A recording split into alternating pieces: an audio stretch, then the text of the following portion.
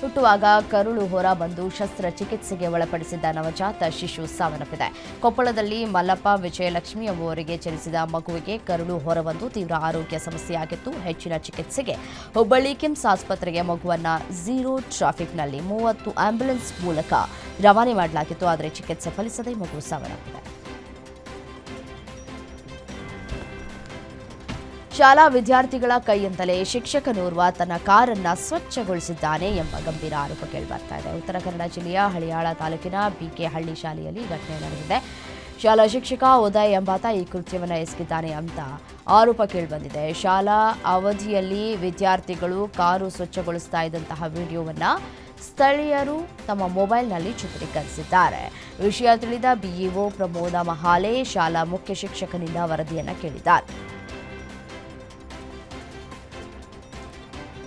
Toll ಹಣ ಕೇಳಿದ್ದಕ್ಕೆ ಸಿಬ್ಬಂದಿಗೆ ಲಾರಿ ಡ್ರೈವರ್ ಹಾಗೂ ಕ್ಲೀನರ್ ಹಿಗಾಮುಗ ಥಳಿಸಿರುವಂತಹ ಘಟನೆ ಬಂಟ್ವಾಳ ತಾಲೂಕಿನ ಬ್ರಹ್ಮಾರ ಕೂಟ್ಲು ಟೋಲ್ನಲ್ಲಿ ನಡೆದಿದೆ. ಸಿಬ್ಬಂದಿ ಟೋಲ್ ಹಣ ಕೇಳಿದಾಗ ಆರೋಪಿಗಳು ಹಣ ನೀಡುವುದಕ್ಕೆ ನಿರಾಕರಿಸಿದ್ದು ಅಲ್ಲದೆ ಅವಾಚ್ಯ ಶಬ್ದಗಳಿಂದ ನಿಂದಿಸಿ ಹಲ್ಲೆ ಮಾಡಿದ್ದಾರೆ. ಘಟನೆಗೆ ಸಂಬಂಧಪಟ್ಟಂತೆ ದೃಶ್ಯಾವಳಿಗಳು ಸಿಸಿಟಿವಿಯಲ್ಲಿ ಸೆರೆಯಾಗಿದೆ. ಚಿಕ್ಕಮಗಳೂರು ಮೂಲದ ಆರೋಪಿಗಳಾದ ಭರತ್ ತೇಜಸ್ನನ್ನ ಪೊಲೀಸರು ಬಂಧಿಸಿದ್ದಾರೆ.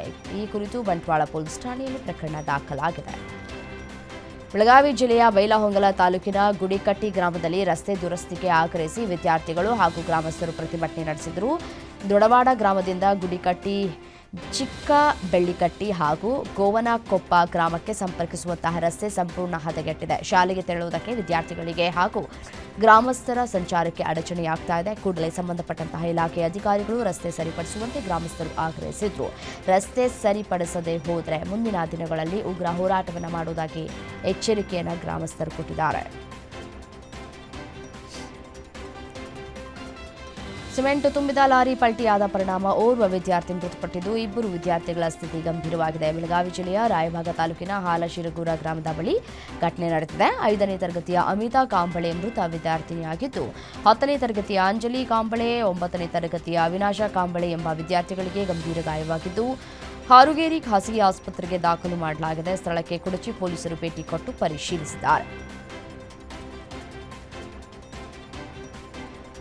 ಉತ್ತರ ಕನ್ನಡ ಜಿಲ್ಲೆಯ ಮುಂಡಗೋಡ ತಾಲೂಕಿನ ಹುನಗುಂದ ಗ್ರಾಮದಲ್ಲಿ ಭಾರೀ ಬೆಂಕಿ ಅವಘಡ ಸಂಭವಿಸಿದೆ. ಮನೆ ಮುಂದೆ ನಿಲ್ಲಿಸಿದ್ದ ಆಟೋ ರಿಕ್ಷಾದ ಸಿಲಿಂಡರ್ ಏಕಾಏಕಿ ಸ್ಫೋಟಗೊಂಡು ಬೆಂಕಿ ಹೊತ್ತುಕೊಂಡಿದೆ. ಬೆಂಕಿಯ ರಭಸಕ್ಕೆ ಆಟೋ ಸಂಪೂರ್ಣವಾಗಿ ಸುಟ್ಟು ಹೋಗಿದ್ದು, ಪಕ್ಕದ ಮನೆಗೂ ಬೆಂಕಿ ತಗುಲಿ ಅಪಾರ ಹಾನಿಯಾಗಿದೆ.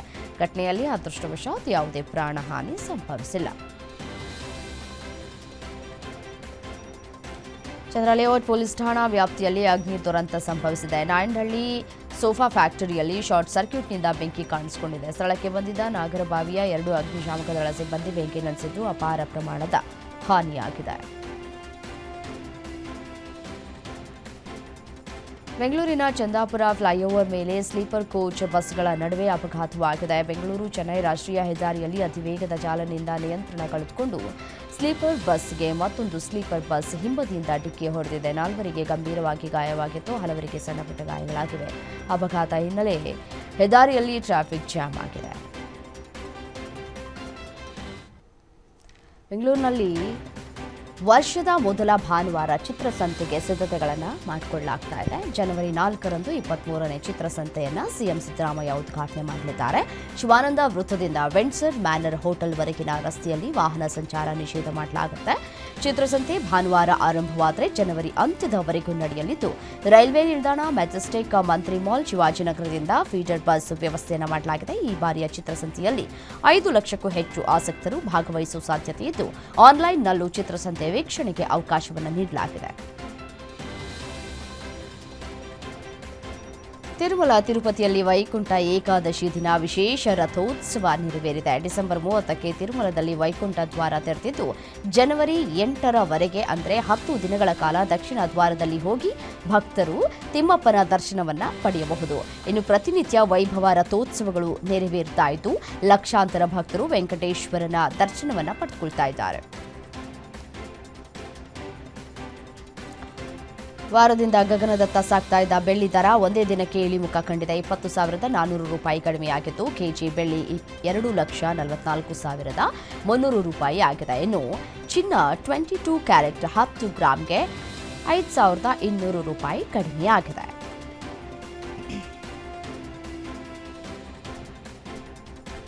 ವಿಶ್ವ ಆರ್ಥಿಕ ವಲಯದಲ್ಲಿ ಭಾರತ ಮತ್ತೊಂದು ಐತಿಹಾಸಿಕ ಮೈಲಿಗಲ್ಲು ಸಾಧಿಸಿದ್ದು ಜಪಾನ್ನ ಹಿಂದೆಕ್ಕಿ ವಿಶ್ವದ 4ನೇ ಅತಿದೊಡ್ಡ ಆರ್ಥಿಕತೆಯಾಗಿ ಹೊರಹೊಮ್ಮಿದೆ. ಟೈಮ್ಸ್ ಆಫ್ ಇಂಡಿಯಾ ವರದಿ ಮಾಡಿರುವಂತೆ ಸರ್ಕಾರದ ವರ್ಷದ ಕೊನೆಯ ಆರ್ಥಿಕ ಪರಿಶೀಲನೆಯ ಪ್ರಕಾರ ಭಾರತದ ಒಟ್ಟು ದೇಶೀಯ ಉತ್ಪನ್ನ $4,018 ಅಂದರೆ $4.18 ಟ್ರಿಲಿಯನ್ ತಲುಪಿದೆ.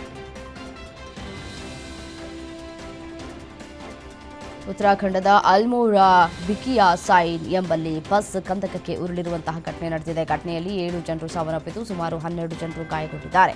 ಬಸ್ ಅಲ್ಮೋರಾದ ದ್ವಾರ 10ನಿಂದ ನೈನಿತಾಲ್ನ ರಾಮನಗರಕ್ಕೆ ತೆರಳ್ತಾ ಇತ್ತು. ಬಸ್ನಲ್ಲಿ 19 ಪ್ರಯಾಣಿಕರಿದ್ದರು. ಚಾಲಕನ ನಿಯಂತ್ರಣ ತಪ್ಪಿ ಈ ಅಪಘಾತ ಸಂಭವಿಸಿದೆ.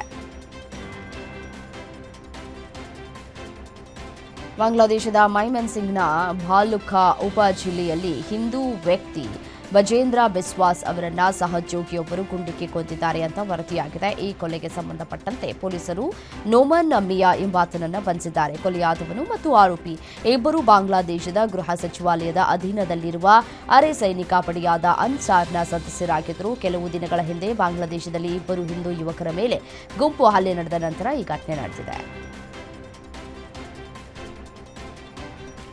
ಭಾರತಕ್ಕೆ ಬಂದಿದ್ದ ಅನಿವಾಸಿ ಭಾರತೀಯ ಪ್ರಜೆಯ ಸೊಂಟದಲ್ಲಿದ್ದ ಗನ್ನಿಂದ ಆಕಸ್ಮಿಕವಾಗಿ ಗುಂಡು ಸಿಡಿದು ಆತ ಸ್ಥಳದಲ್ಲಿ ಸಾವನ್ನಪ್ಪಿರುವಂತಹ ಘಟನೆ ಪಂಜಾಬ್ನಲ್ಲಿ ನಡೆದಿದೆ. ಸೋಫಾದಿಂದ ಎದ್ದೇಳ್ತಾ ಇದ್ದಾಗ ಸೊಂಟದಲ್ಲಿದ್ದಂತಹ ಗನ್ನಿಂದ ಆಕಸ್ಮಿಕವಾಗಿ ಗುಂಡು ಸಿಡಿದು ಹರ್ಪಿಂದರ್ ಸಿಂಗ್ ಎಂಬಾತ ಸಾವನ್ನಪ್ಪಿದ್ದಾರೆ. ರಾಜಸ್ಥಾನದ ಬಿಲ್ವಾರಾ ಜಿಲ್ಲೆಯಲ್ಲಿ 26 ವರ್ಷದ ವ್ಯಕ್ತಿಯ ಹೊಟ್ಟೆಯೊಳಗೆ ಕಬ್ಬಿಣದ ಸ್ವಾನರ್ಗಳು ಮತ್ತು ಟೂತ್ ಬ್ರಷ್ಗಳು ಕಂಡು ಬಂದಿವೆ. ಇದನ್ನ ನೋಡಿದ ಜೈಪುರದ ವೈದ್ಯರು ಅಚ್ಚರಿಗೊಂಡಿದ್ದಾರೆ. ಆ ವ್ಯಕ್ತಿಗೆ ತೀವ್ರ ಹೊಟ್ಟೆ ನೋವು ಕಾಣಿಸಿಕೊಂಡಿತ್ತು. ಹೀಗಾಗಿ ಆಸ್ಪತ್ರೆಗೆ ಬಂದಿದ್ದ ಆತನಿಗೆ ವೈದ್ಯರು ಸ್ಕ್ಯಾನ್ ಮಾಡಿದಾಗ ಹೊಟ್ಟೆಯಲ್ಲಿ ಕಬ್ಬಿಣದ ಸ್ವಾನರ್ಗಳು ಮತ್ತು ಟೂತ್ ಬ್ರಷ್ಗಳು ಸೇರಿದಂತೆ ಅವನ ಹೊಟ್ಟೆಯಲ್ಲಿ ಹಲವಾರು ವಸ್ತುಗಳು ಸಿಲುಕಿಕೊಂಡಿರುವುದು ಕಂಡುಬಂದಿದೆ.